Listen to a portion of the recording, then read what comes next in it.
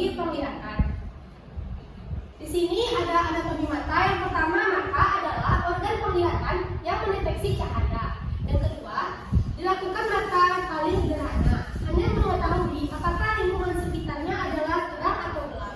Mata yang lebih kompleks digunakan untuk memberikan pengertian visual. Di sini ada fungsi mata. Yang pertama yaitu untuk menerima rangsangan berkat cahaya pada retina dengan rantala selaput nervus opticus. Yang kedua, mengantarkan rangsangan ini ke pusat penglihatan pada otak untuk ditafsirkan. Di sini ada anatomi mata. Yang pertama ada makula lobea, episclera, rectus superior, corpus sclera, zonula, iris, kornea, iris, ada lens, ada sclera, saluran sel, conjunctiva, rectus, dan ada juga di sini mata sebelah anteriornya yaitu ada pupil, iris, tunica, conjunctiva, canula, lacrimal. Di situ ada juga lateral. Di sini juga ada organ mata. Yang pertama yaitu organ luar. Ada bagiannya yaitu yang pertama ada alis mata, bulu mata, rongga mata, kelopak mata, kelenjar air mata, otot mata, dan selaput bening mata. Organ luarnya yaitu ada alis mata yang bagian luar sedikit menonjol sedikit di atas, kedua belah kelopak mata, dan mempunyai sedikit rambut halus. Alis mata berfungsi yang pertama yaitu ada pelindung mata, penahanan berbagai macam kotoran yang bisa memasuki mata. Selain itu, rambut pada alis mata juga menambahkan kepekaan pada kulit untuk merasakan objek asing yang berada di dekat mata. Bulu mata atau rambut adalah bagian dari kelopak mata yang berupa selain rambut. Rambut-rambut ini berfungsi untuk melindungi supaya debu, keringat, air tidak masuk ke mata. Rambut mata merupakan rambut yang sangat lembut. Di sini ada contoh bulu mata yaitu ini gunanya untuk menyaring bulu-bulu yang masuk ke mata. Next, di sini ada rongga mata atau cavum orbita. Yang pertama, cavum orbita berbentuk rongga yang secara skematis digambarkan sebagai piramida yang ke arah belakang. Yang kedua, puncaknya adalah forma opticum dan dasarnya menghadap ke depan luar dan terbuka disebut aditus orbitae. Yang ketiga, sedangkan dinding melindungi lateral, dinding atas atau atap orbita. Yang keempat, cavum orbita terletak di kanan dan kiri basis nasal. Di sini ada contoh gambar anatomi pada rongga mata. Juga ada rongga mata berbentuk bagian-bagiannya yaitu ada os frontalis, ada os zygomaticum, ada os phenolidal, os terminalis, os maxillaris, dan os lacriminal. Di dalam cavum orbita selain bola mata juga terdapat otot ekstrakulikuler, syarat pembuluhan darah, jaringan ikat, dan jaringan lemak untuk menyokong fungsi mata. Cavum orbita merupakan pelindung bola mata terhadap pengaruh dari dalam dan belakang. Ada kelopak mata atau palpebra. Yang itu kelopak mata adalah lipatan kulit yang lunak yang menutupi dan melindungi mata. Terdiri dari kelopak mata atas dan bawah. Berfungsi melindungi mata apabila ada gangguan pada mata atau menutup dan membuka mata. Kelopak yang berlipat atau tarsus, pada kedua tarsus terdapat kelenjar maxilla, trabecea, dan keringat. Kelopak mata atas terdiri dari marculus, levator, palpebra superior.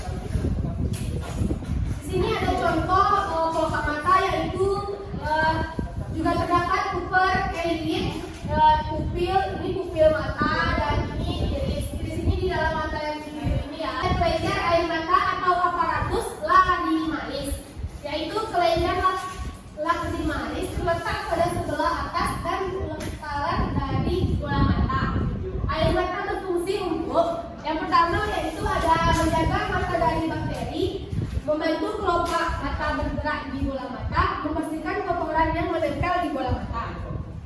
Proses lakrimasi yaitu kelenjar lakrimasi mengekseksi cairan lacrimalis, ductus secretionis lacrimalis, melanjutkan saccus conjunctiva, melanjutkan ke canalis lacrimalis, terus lanjut ke saccus lacrimal, ductus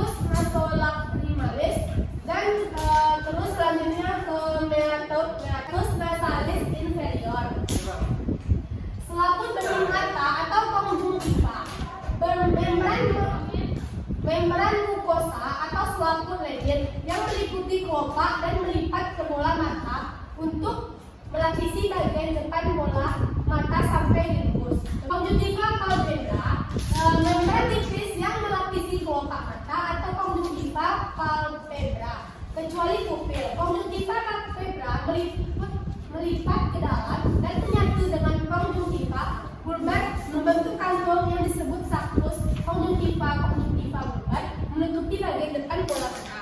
Konjungtiva transparan, bagian palpebra tampak merah muda karena pantulan dari pembuluh darah ada di dalamnya.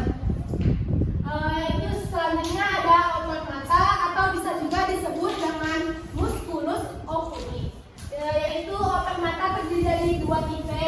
Yang pertama ada extrinsic dan yang kedua ada intrinsic. Otot extrinsic bersifat volumeter di luar bola mata yang mengontrol pergerakan di luar mata. Otot intrinsik bersifat involuter berada dalam badan silinder yang mengontrol ketebalan dan ketipisan lensa iris dan ukuran pupil. Ini berikut di sini ada gambar anatomi mata dengan bagian-bagiannya. Yang pertama di sini ada kornea, iris, pupil, lensa, sklera, koroid, retina, badan siliaris, saraf, dan optik. Yaitu kalau kornea adalah bagian depan mata tembus panjang yang menutupi iris dan pupil. Bila kornea disentuh maka kelopak mata akan menutupi secara refleks. Fungsi utamanya adalah untuk membiasakan cahaya saat memasuki mata kita. Kornea mampu memperbaiki diri dengan cepat jika terkena goresan atau ringan. Kornea tersusun dari protein dan sel dan tidak memiliki pembuluh darah. Kornea terdiri dari lapisan epitelium, adalah lapisan sel yang menyelimuti kornea. Fungsinya menyerap nutrisi dan oksigen dari air mata untuk ke seluruh lapisan kornea. Di sini ada contoh kornea dan ini adalah kornea. Jika kornea ini kita sentuh maka kelopak mata akan refleks langsung menutupi melindungi kornea. Iris yaitu selanjutnya ada iris, selaput yang membentuk celah lingkaran di tengahnya. Iris memberikan warna pada mata. Fungsinya untuk mengatur ukuran pupil untuk membatasi jumlah cahaya yang masuk. Ada contoh iris mata. Ini iris mata ya, bukan retina. Kalau iris mata itu yang biru-biru ini iris. Kalau pupil itu yang hitam itu ya. Contohnya tadi kalau iris kita sentuh otomatis kelopak mata akan refleks menutupi iris. Yaitu sini juga ada pupil yaitu ruangan tengah pada iris tadi. Pupil tadi yang hitam tadi ya. Yang pertama ada tempat masuknya cahaya ke bagian mata yang dikontrol saraf otonom. Merespon intensitas cahaya, memfokuskan objek cahaya terang. Yang pertama ada cahaya terang, yaitu otot sikuler berkontraksi dan membentuk cincin yang berlebih kecil, menyebabkan pupil mengecil.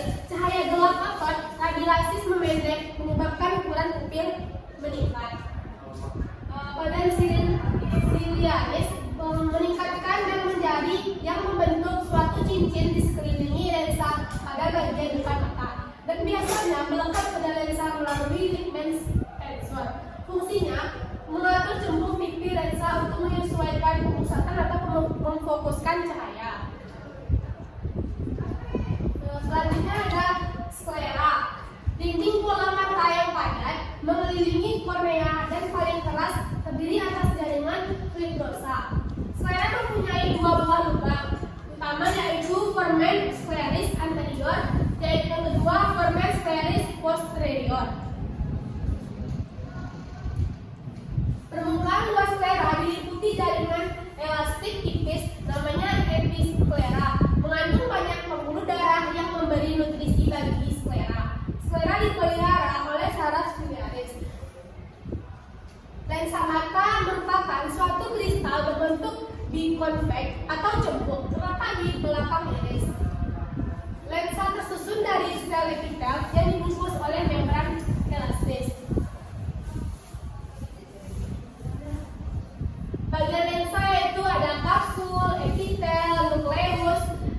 Nukleus itu juga ada ketebalannya dapat berubah menjadi lensa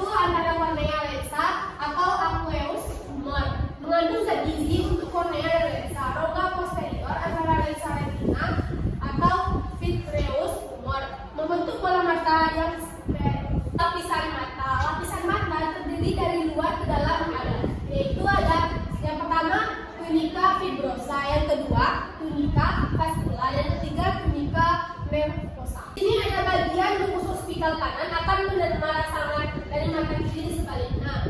Di sini ada contoh anatominya ya, yaitu mata normal mencari daripada objek difokus di antara retina. Pengokusan berkas cahaya yang dari sumber cahaya menuju masuk ke mata melalui kornea, menuju melewati pupil yang lebarnya diatur oleh iris dan lanjut ke dibiaskan oleh lensa dan melanjutkan terbentuknya bayangan di retina yang bersifat nyata terbalik diperkecil. Selanjutnya menuju sel-sel batang dan sel meneruskan sinyal cahaya melalui saraf optik dan menuju otak mengembalikannya lagi bayangan yang terlihat di retina.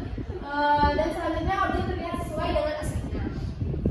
Akomodasinya yaitu kemampuan menyesuaikan kekuatan lensa sehingga baik sumber cahaya dekat maupun jauh dapat difokuskan di retina. Kontraksi otot ciliaris, ligamentum suspensorium melemas dan tegangan pada lensa berkurang atau lensa membulat dan meluat.